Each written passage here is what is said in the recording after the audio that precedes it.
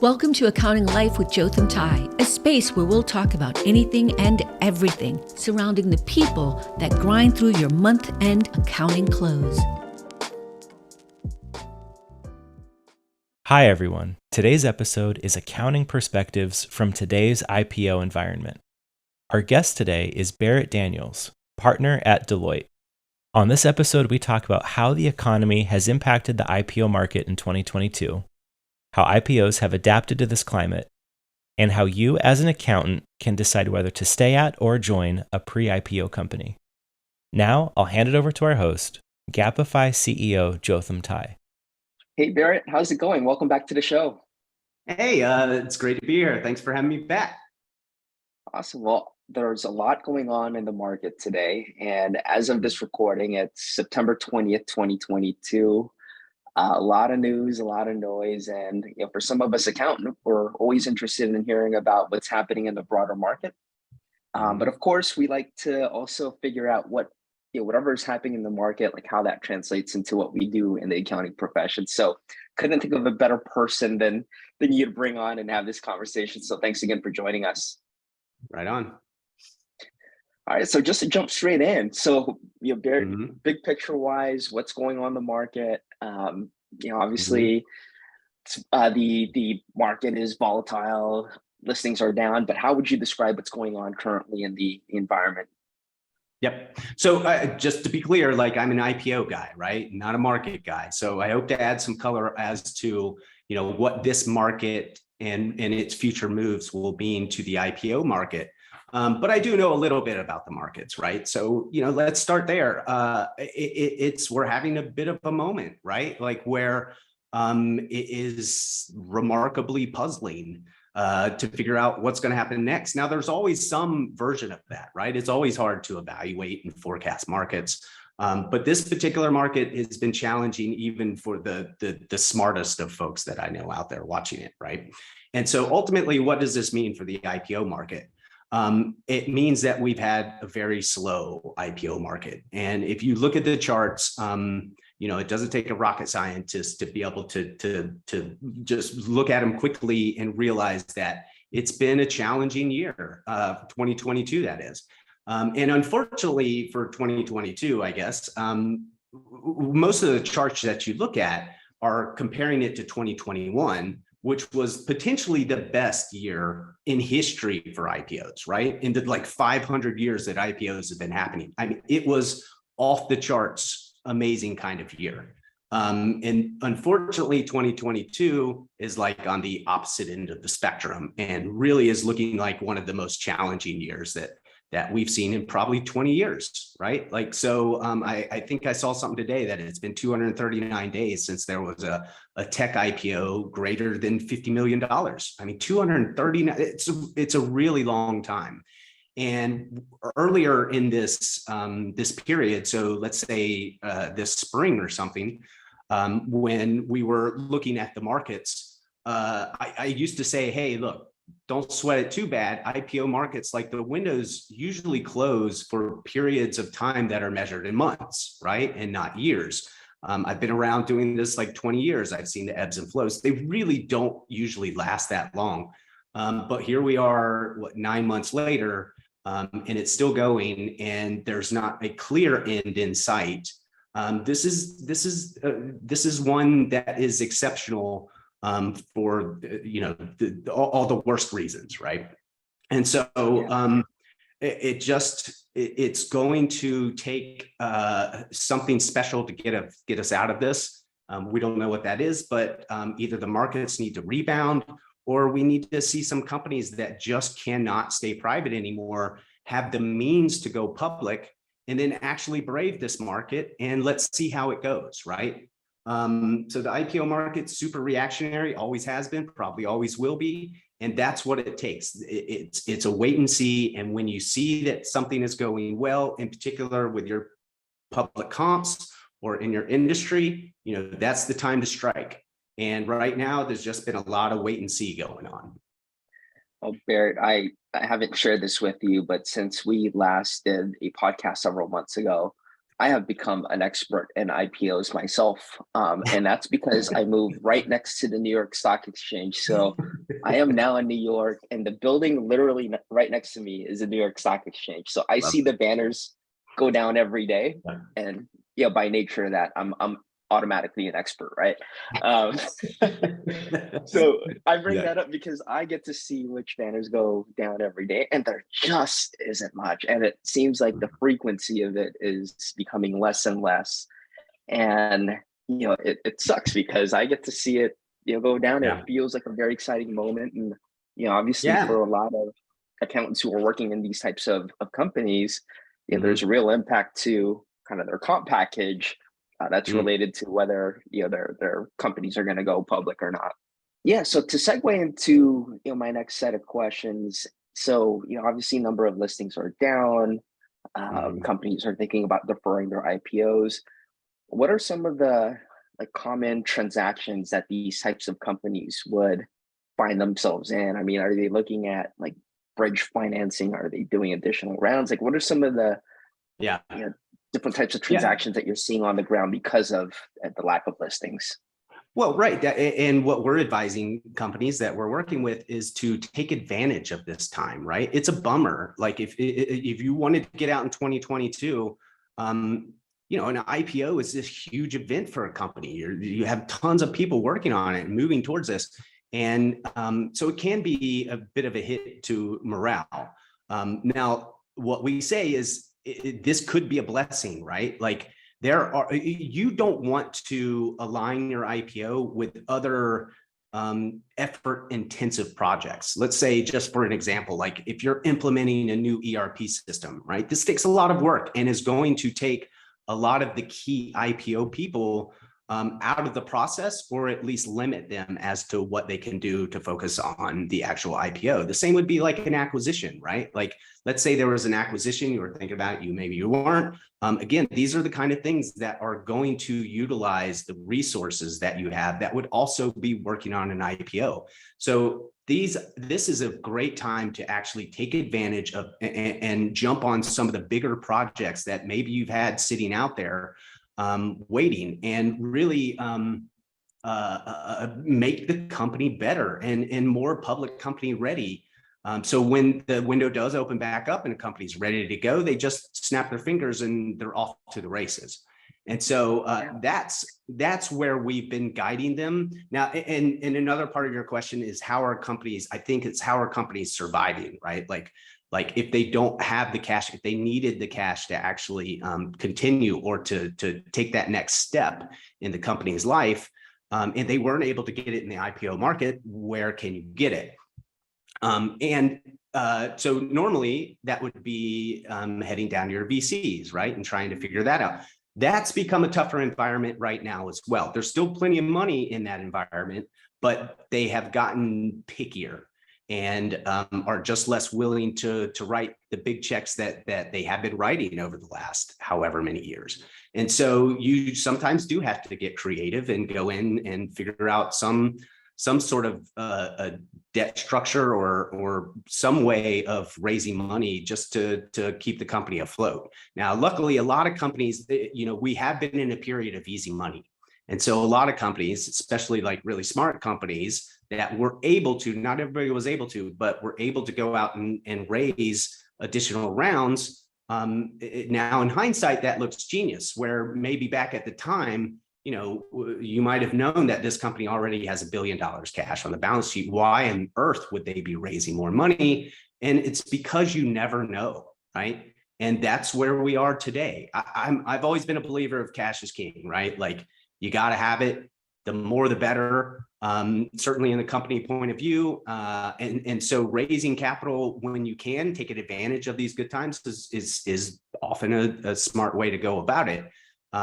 Because we do end up in periods like this where you could be hung out to dry, or just really given really tough terms on a deal that just isn't helpful in any way. So we're seeing all sorts of ways that companies are sort of managing this time.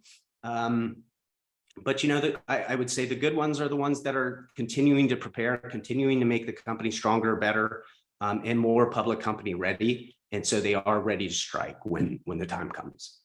Yeah, a couple comments there, Barrett. One is Mhm. cash is king. As someone in finance and accounting, that's an expression that's near and dear to my heart. And now that I run my own company, definitely something that we Mhm. adopt here. And it Mhm. reminds me of also an audit expression: cash is cash. So auditing cash is supposed to be easy. So you say cash is cash. So it brought me back to those days there. Yeah, I do love right. your point though that the projects don't have to stop, right? So if you Yeah. have the capacity, yes, maybe your S1 is just sitting, baking Mhm. somewhere, but there's no reason why you couldn't take on that ERP project that you had planned Mhm. Yeah. post, post IPO. And a lot of ways, or a lot of times, I've been around these environments. You kind of wait for that big IPO moment. You get the roadshow out of the way and go Mhm. public, and then you start doing the work and all these process improvements and Mhm. globalization of processes. But why not start that now while things are on hold? That's great advice. Totally. Like dry runs, right? And I'm sort of mixed on dry runs, but a lot of smart people that I work with all the time swear by them, right? And saying, set up dry runs for your earnings reports and your earnings calls and all of those things to where when you have to do it for real and in prime time, you've already done it 2 or 3 times and you know exactly what you're doing, and nobody's going to throw you a curveball that's too hard to hit. And you can get through this, but it just going into these cold and not doing those things, it is going to make it more challenging. And I'm also one I'm never one to advise a company like not to do M&A during the IPO and stuff like that. Like, you don't let the tail wag the dog. You do whatever's best for the company. But if there is a situation where there was a company you were thinking about acquiring and maybe negotiations went back and forth and didn't go anywhere, now may be the time to rekindle those conversations and to see if you can make something happen until you do actually are able to start running towards the markets. Yeah. The preparation point that you shared there earlier is one that resonates with me. I remember for one particular company that went public, like everything happened too fast. We didn't really know what to do in our first earnings call.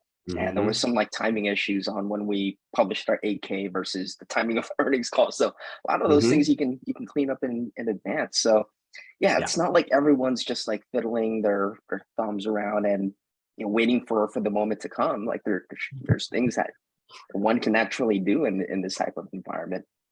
Totally right. Um, so switching gears now, Barrett, and just thinking about for our accounting audience. So if you're an accounting manager at one of these pre-IPO companies, maybe postpone their IPO plans.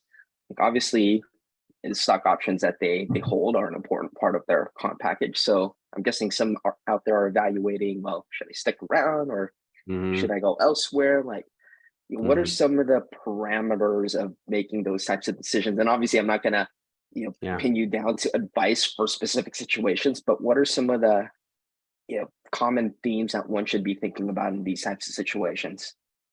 Yeah, and I would say it depends, right? Like, uh, I, I I'm a big believer in sort of happiness is really important piece of life, right? And it's hard to be happy if you're not happy at your job because you're at your job a huge part of the day and all that. So for me, number one, if you like the job, right? I, I think that's probably more important than the other pieces of it.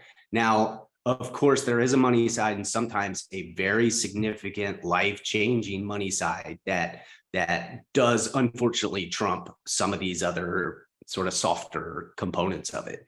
And so, I think a lot of people just intuitively understand how the company is doing, right? And they're able to understand that, hey, my stock, my options that I've been granted, the strike prices are going up. I'm hearing about people selling our shares, and they're selling at a higher price and stuff like that. Like those kind of signs may make you, unfortunately, in some cases, have handcuffs on, right? And it may make a realistic decision of leaving the company really impossible, right? In some instances. And so you just buckle down. Like there's no real decision to be made sometimes. But in instances where we're not talking about life-changing money, we are talking about happiness and all that, you can get a sense, I think, from the way sort of leadership is acting, right? If you start to see some of the leadership bailing out, that is something that I would probably pay close attention to, right? If you start to hear these other things about the stock price sales, like not, or let's say being underwhelming, and maybe it makes the benefits of staying there, even lesser. Like there really are going to be these kind of things that are not sort of in your face, right? They're not, because you're not a public company, you don't necessarily know all of that. So a lot of it is just going to be in your gut, right? And what you feel about how the company is doing. And because the IPO window will open back up for sure, 100%, right? It's not a matter of if, it's just a matter of when.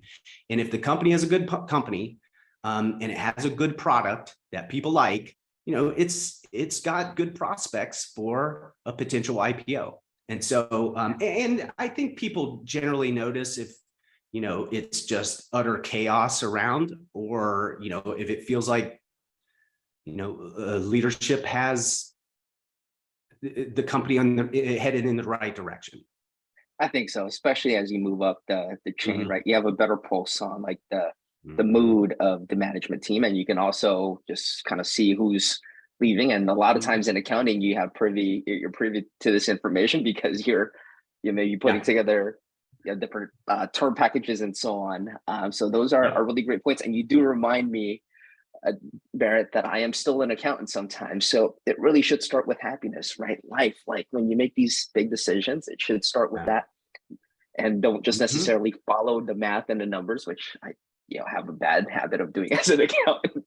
No, I agree. I agree. And it's not like, I was a total tangent, right? I'll be quick, but I was having a parent teacher conference, at my kid's school yesterday. And they asked me, like, what would a successful year for your son be like, right? What would it look like at the end of the year? And the first thing that popped in my head was, he's happy with how the year went, right? He feels good with himself. He's happy about having a year in which he navigated it appropriately and felt successful. I think that not just for anybody in their jobs, I think that about me, I think about my family. Like, I want us to do what makes us happy, because life is hard, right? And there's a lot of hard stuff around. So having some happiness to help offset some of that, no matter where you are, right? At a company, at school, at home, it's just really, really important. So I know that's not an accounting and markets discussion, but it really is. That's just the way I see things. Well, and if I can also go on a quick tangent myself, and I don't mind being open about this. A lot of folks tend to think about starting a company like I did, and just thinking about the end goal in terms of dollar signs. But I don't think you can be successful in that unless you enjoy what you're building. And I think that's a big component to building up the psyche that you need to go through the turbulence that a startup life will bring you. So I'm a big believer in that. It's not that I'm calculating how much I have in Carta and thinking about the exits down the road and doing the math, but I'm happy getting the chance to talk to you and building a company and learning leadership. And I think that should be a big part of why entrepreneurs start a business. So that's my quick tangent there too. I love it. Right on. I agree 100%. Yeah. Well, and I guess maybe to tweak the question. So, as financially prudent people, we accountants like to have more visibility on our finances, right? So if I'm holding on to, and maybe I'm not leaving the company because I'm happy where I'm at, I'm happy with the job, I'm happy with my coworkers, but I'm sitting on a bunch of options. Is there a consensus of companies being proactive about providing liquidity, whether it's a secondary or maybe there's a consensus out there that whatever we're going through in the market right now, like things will open up in a year. So how would you kind of talk about what accountants should expect in terms of when that Yeah. when that asset can be liquid. So I'm not familiar with a consensus. In fact, I've seen sort of different ways of companies going about it, but certainly the companies that I'm working with where the people seem to be the happiest are the ones where they have provided some liquidity, right? It's not perfect. They're not giving you full liquidity for what you have, but they understand the situation and they understand that, a person may have been getting technically underpaid for the last few years, right, per their salary, because the equity is a huge component. Certainly here in the Bay Area, right, we're an equity-based society. I love the joke that nobody around here buys a house on salary, right? It's all stock options. So, when you're able to understand the significance of that piece of it, it really does change everything. And I'm surprised by how often I come to find that employees really don't understand what they have at all, right? They understand the number, like I have this many shares. They understand that there's a strike price, but then it's often utter confusion around what that means after that. And so, I think a lot of companies would be much better suited having like stock option 101 classes, right? Or trainings or something like that. And we do see some companies do that as part of the IPO process. Like, this election means this after you have it, which is great. But I don't think it would, I think it might be a really good thing to do that, much earlier in your company and just to let people understand what they do have. And maybe that helps them. In some cases, it may help them leave, right? And so that's maybe part of the challenge of wanting to have that conversation. But in many instances, it could really enlighten the person, educate them to a point where they understand that they should not leave, right? That this is a really good situation. So I see some companies do it. I would love to see more companies do it, really educating their folks on what they have been given and what they have, and ultimately what it means for them. And that's something we learned early on as well. I mean, especially for us as an earlier stage startup, a big part of our comp package is the equity that we offer. And what we found, to your point, in our early days is not everyone understands or appreciates or knows how the mechanics work. So the onus is on us as a company to make sure we provide the education and the transparency needed for people to make those decisions. And coming from, obviously in the accounting and finance world, I kind of have a spreadsheet, like, for doing all these calculations because we know it in and out. But outside of finance and accounting, the point that you made is very valid. So, and also, look, there's been a couple of, famous stories about situations where founders cashed out, but didn't allow for the employees to cash out, right? And a lot of those times, those weren't even communicated to the teams, and the teams found out. You want a quick and easy way to just destroy the morale in your company, right? Do something like that. And I'm not saying founders should not be able to cash out. They absolutely should, right? They've killed it. They've done great things. They do deserve something. And so all I would advise or say is just be transparent about it and maybe try and help out the other folks, right? Like, don't just leave yourself to do it. Now again, there's always sort of scenarios to where maybe it has to be that way, and timing and things like that. So I'm not trying to dog, excuse me, anybody who does that or who's ever done that in history. There are legitimate reasons that have been done. But many times, there could have been a friendlier way or a nicer way to help spread some of that out to the other folks. And again, some people do that really well, and some people just don't do it quite as well, I guess is a way to put it.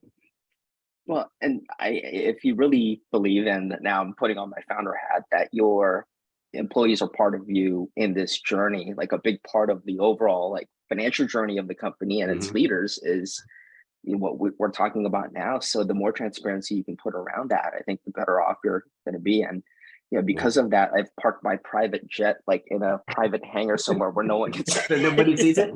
Yeah, that's smart. See, that's transparency, right? Exactly.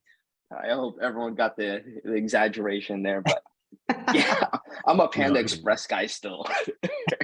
I get it. All good. Awesome. Look, Well, it's as interesting we times, man. This is really neat. I mean, it's there's just so much going on just in the markets. So many sort of employee decisions being made like this right now. And you know, I forget the exact phrase or how it works, but you know, often the best companies are forged in moments like this, right? When times are really challenging, you know, you really see who the, you know, the real winners are. And so I'm ready for this to be done more than anything, but I'm really am excited about the future, seeing what happens next, and in particular as it relates to the IPO market.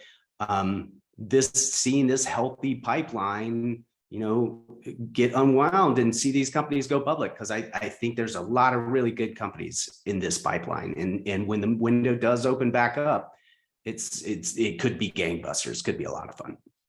Yeah, it seems like there's some kind of filtering process that is, I'm sure, part of like the mechanics of the economy. But the ones that run good businesses, have great product, have great customers, Yep.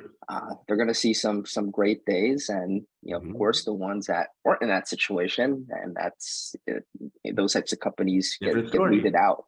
Yeah, that's right. Yeah. Well, and as we wrap up here, there just one last question. So if you are an accountant looking for a new opportunity somewhere, like what's a good tip in terms of analyzing or assessing whether that company is one that is a strong one versus, you know, maybe a hype pretender type? Like, what are some good signs? Like, is it management team? Is it? Yeah, it's a really good question. It depends. I mean, for me personally, I think about companies in two ways, right? If I'm just trying to evaluate the company and the prospects and its potential future, it's product, right? All product, all the time. Like, how good is it? How much do people like it? Is it sticky? Like these kind of things, right? Like the product is everything to the future of that company. And then second is leadership, right? And leadership can include founders. It could not include founders, whatever the case may be, but the folks that are making the decisions as to what happens next at the company. You know, I would advise that these are the kind of people that that you like and that you would want to hang out with and that you would want to get to know, right? And maybe sort of said another way, like somebody you trust and respect, and you know, you could see as a mentor, you could see as something to emulate, right? Like those kind of things. They're surprisingly hard to find, right? Sometimes, unfortunately, but really it can make all the difference. And again, it depends where you are in your life, right? If you're a young guy or a girl and you're just trying to make money, you know, maybe that's a different path. If you're you know, a little more older like myself, right, and I was trying to make a decision, you know, I might evaluate it differently. But by and large, if I am just trying to think about the future prospects of this company, really is product and who's going to help get that product to the right place. Yeah, very interesting that you mentioned that, Barrett, because I just had a catch up a couple weeks ago with a founder. His company is probably one of the ones that are waiting for the markets to clear up before going IPO. But he said, Jotham, like you should be waking up in the morning thinking product as the CEO.